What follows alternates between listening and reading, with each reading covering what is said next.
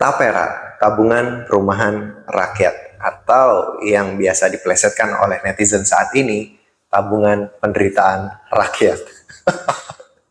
Jadi memang beberapa waktu hari terakhir ini lagi rame diperbincangkan permasalahan Tapera ini ya teman-teman. Walaupun sebenarnya Tapera ini sudah ada dan sudah dirancangkan sejak lama. Dan sebelumnya itu mungkin lebih dikenal dengan BP Tapera, Badan Pengelola Tabungan Perumahan Rakyat, yang dikhususkan untuk para PNS dan aparatur sipil negara seperti itu. Dan di tahun-tahun ini kemungkinan akan lebih diluaskan lagi, yang akan diwajibkan oleh pemerintah untuk menyasar kaum-kaum swasta dan juga kaum-kaum freelance. Nah, hal inilah yang akhirnya menjadi polemik di masyarakat, pro dan kontra. Kenapa kok untuk nabung perumahan itu harus dipaksa dan juga yang megang pemerintah dan harus diwajibkan bahkan untuk orang-orang yang notabene udah punya rumah juga. Terus fungsinya apa? Rancangan undang-undang ini sudah ada sejak lama, tetapi akhirnya harus diwajibkan untuk semua orang. Nah, hal inilah yang menurut saya tidak masuk akal. Kenapa? Karena nggak semua kebutuhan orang itu sama, seperti itu kan. Dan ada beberapa, kalau misalnya orang sudah punya rumah, ikut Tapera, dan kalau misalnya dia nggak bisa dapatkan manfaatnya juga buat apa? Karena Tapera sendiri adalah tabungan untuk perumahan rakyat yang bisa diberikan manfaatnya untuk orang-orang yang belum punya rumah atau nanti untuk orang-orang yang ingin mengajukan rumah pertama.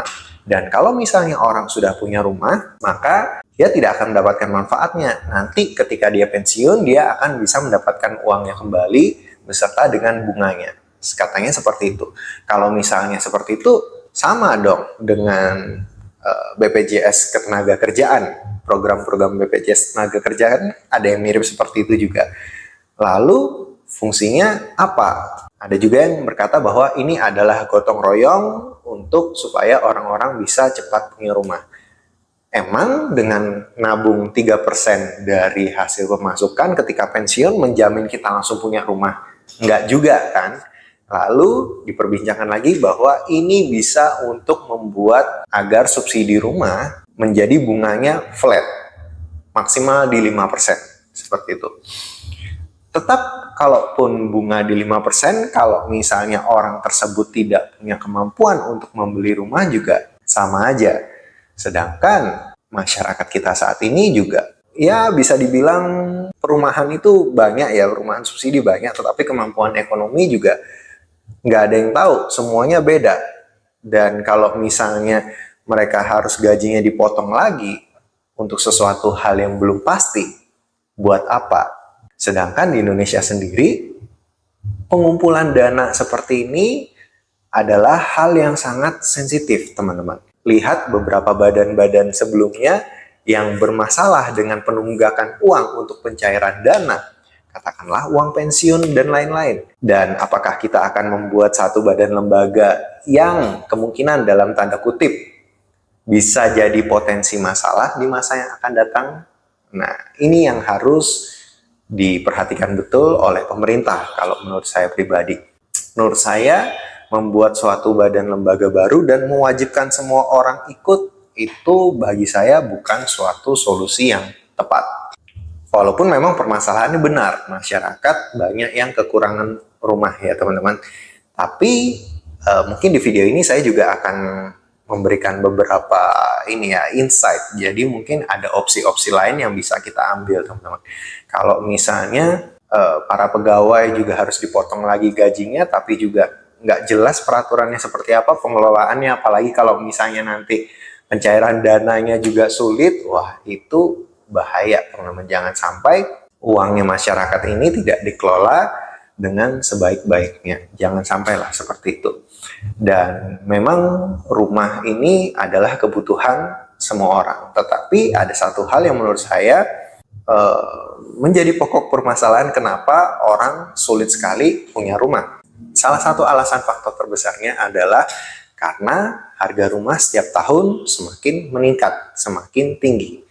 Tetapi tidak semua rumah, teman-teman. Jadi kalau saya melihat Rumah-rumah dengan harga katakanlah 2 miliar ke atas itu cenderung harganya meningkatnya tidak tinggi ya teman-teman, meningkatnya tidak signifikan. Tetapi rumah-rumah yang harganya mulai dari 200 jutaan sampai dengan harga katakanlah 1 miliar, itu tiap tahun meningkatnya sangat drastis teman-teman. Apalagi dari perumahan yang mungkin dari perencanaan sudah ada bangunannya, wah itu langsung meningkatnya tinggi.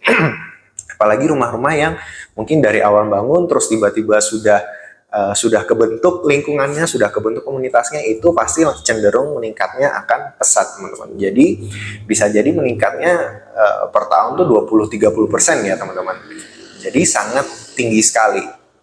Jadi misalnya ada perumahan harga 120 juta rumah subsidi, itu tahun depan bisa-bisa sudah 140, 150 juta. Kesulitan orang untuk membeli rumah karena itu tadi, rumah-rumah dengan harga di bawah 1M itu meningkatnya pesat sekali.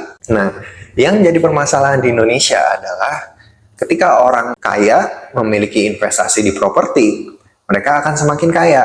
Tetapi ketika orang-orang yang baru tidak memiliki rumah, mereka memiliki rumah pertama, mereka akan kesulitan secara ekonomi. Ada satu peraturan yang pernah saya tahu ya teman-teman di suatu negara, katakanlah misalnya Jepang, pengaturan properti di Jepang itu cukup bagus. Jadi mereka akan memaksimalkan rumah-rumah yang kosong. Jadi memang kalau misalnya rumah itu tidak terpakai selama beberapa waktu, aset perumahan tersebut akan menjadi milik pemerintah kembali. Itu akan dimaksimalkan untuk masyarakat-masyarakat yang memang tidak memiliki rumah, maka akan bisa dibilang di KPR-kan lah kalau bahasa di Indonesia ya, dengan harga yang lebih terjangkau.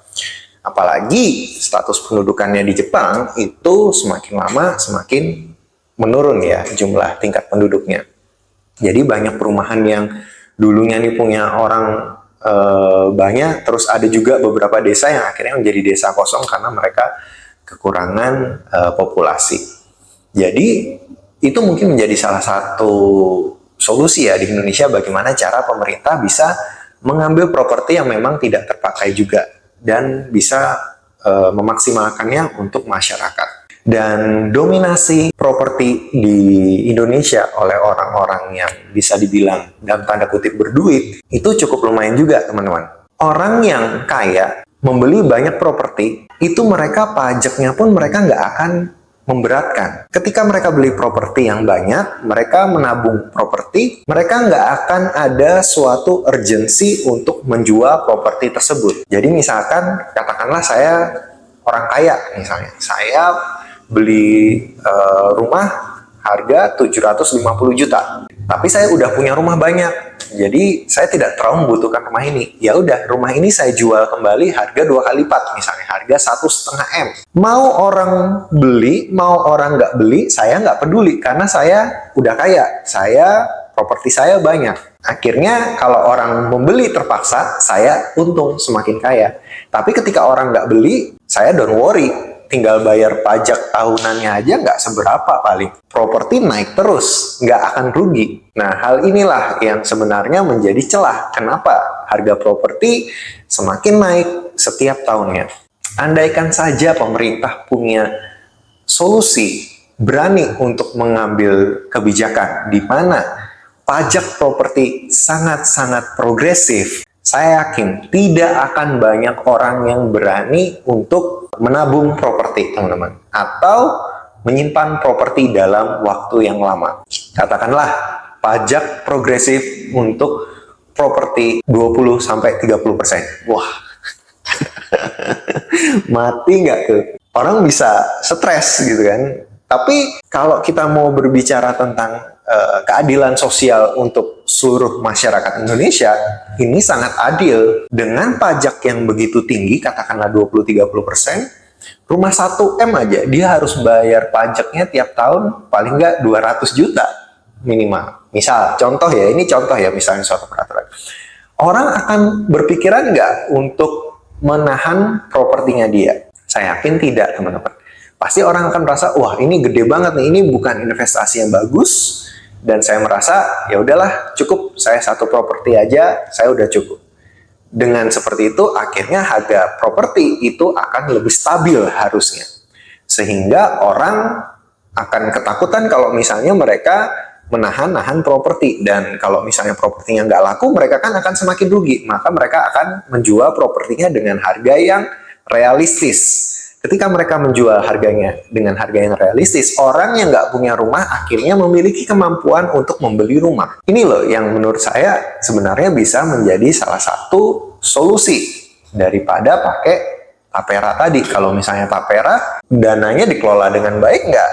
Ngelihat historical Indonesia, kita juga banyak kekurangan.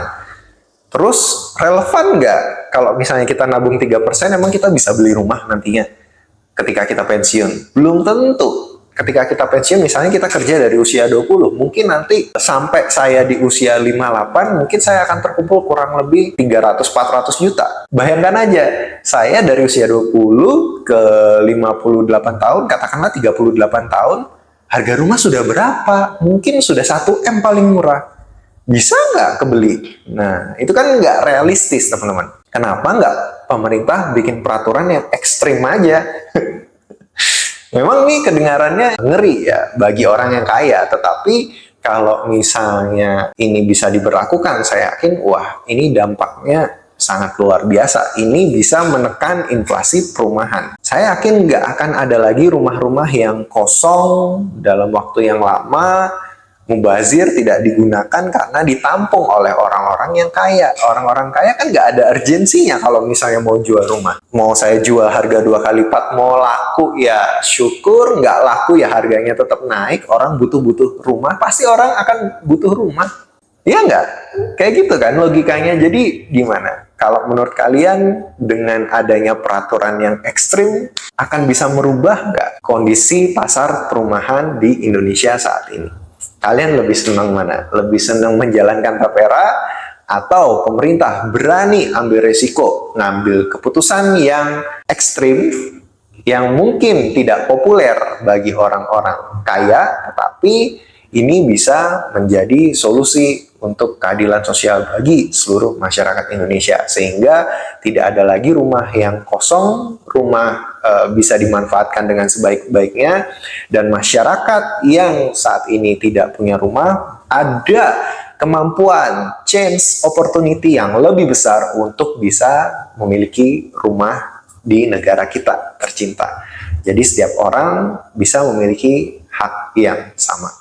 Mungkin gitu dulu ya sharing kita kali ini untuk tapera, dan juga untuk mungkin ini salah satu alternatif solusi yang bisa dipikirkan oleh pemerintah. Kalau misalnya kalian setuju, kalian bisa komentar di bawah, atau kalian punya pendapat lain, silahkan kalian bisa tuliskan opini kalian di kolom komentar di bawah. Saya Joe Sofyan, sampai jumpa lagi. Stay healthy and God bless.